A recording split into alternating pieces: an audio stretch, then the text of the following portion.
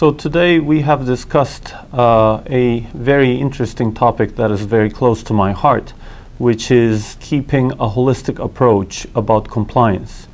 Concurrences and the New York University, I think, have taken a very important role in that compliance officers all around the world and compliance professionals, also attorneys and lawyers, know very well that this is one area where you use one set of ethical standards and one set of values.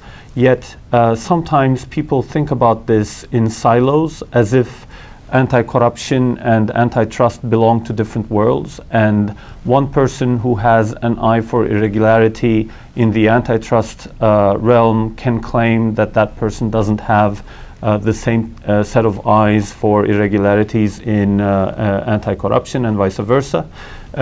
We try to dispel that understanding today, and in the panel we have discussed that from a conduct perspective there is a parallelism in the sense that actually anti-corruption violations and antitrust violations both belong to a world where it is secretive. There's a chain of trust between the people engaging in these actions, and also that chain of trust needs to be broken.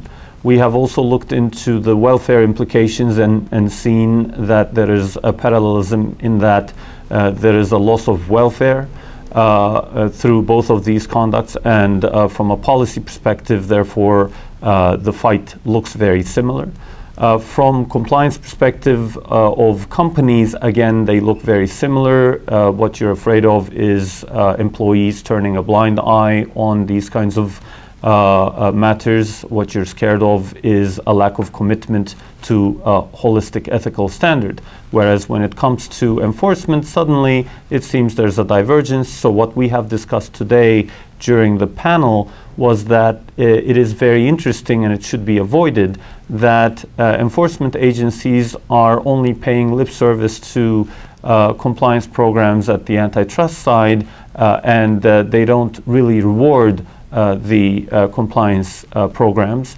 They don't mold the compliance programs. They see it as a waste of taxpayers' money if they were to interact with private companies on the basis of the compliance programs, whereas it is all being done in the anti-corruption area. So most anti-corruption agencies around the world, especially in the developed countries, are asking that these be put in place, and they're looking into the details of these mechanisms, and a form of decision that they have at the end of any wrongdoing and an investigation is that they mandate the use of a better program, which is what we're also trying to ask in the antitrust side. So we're trying to make sure that there is an inspiration that is coming from the anti-corruption side into the antitrust side.